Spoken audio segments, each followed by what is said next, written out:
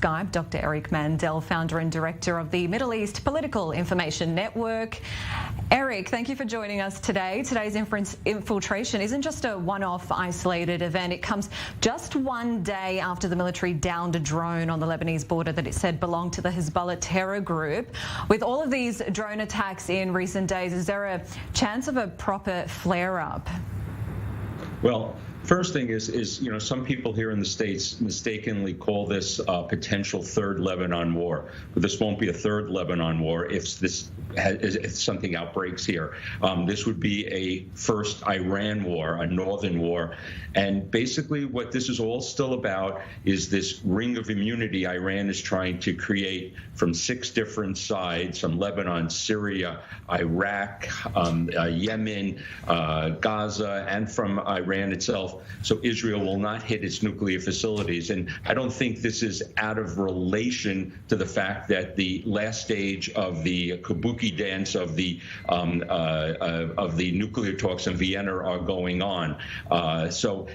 Could a northern war occur? Could occur, whether Hezbollah wants it to or not. It's all up to Iran. And the real question is, has Hezbollah gotten to a threshold where it could either create enough missiles and drones itself or import them that it gets to a point that Israel has to go in, and it would have to this time go in with ground forces? We've also just received an official statement from Hezbollah claiming that it launched the airspace for 40 minutes and 70 kilometres into Israeli territory, with the aircraft also said to have returned safely to Lebanon despite the IDF's attempts to shoot it down.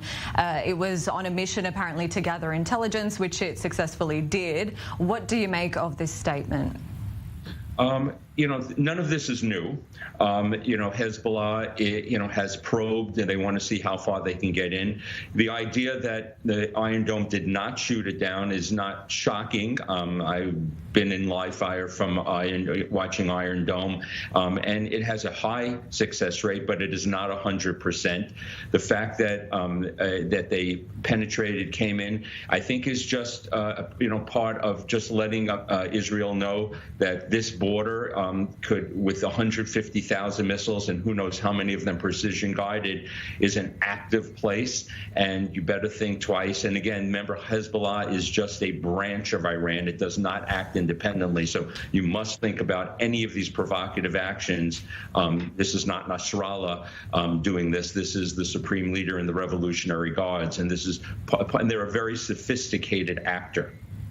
Just on that point with Sheikh Nasrallah, recently he did brag that his Iran-backed group has started manufacturing its own drones. Are these capabilities something to be concerned about, do you think? I think they are.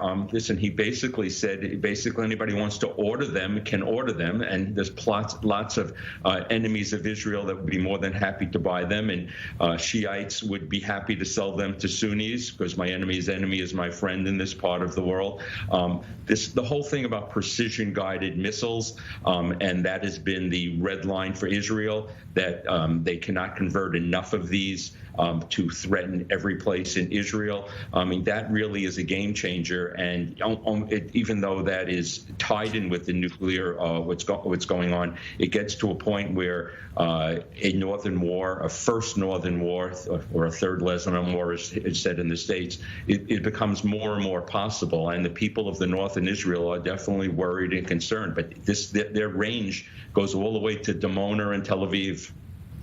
And just finally, Eric, with all the internal turmoil that's going on at the moment in Lebanon, is Hezbollah really trying to flex its muscles, do you think, and show the Lebanese how powerful it is and what an important player it is?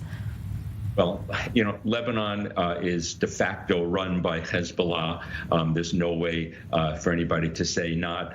And, sometimes what happens is, because Lebanon is in horrific economic problems, and the people there, certainly the non-Shiite people, are blaming Hezbollah. So this is a way to deflect attention. They're the great defender of Lebanon, and you have an impotent Lebanese armed forces, and that's a country that could break down again into a civil war. So, this could be a way just to deflect attention.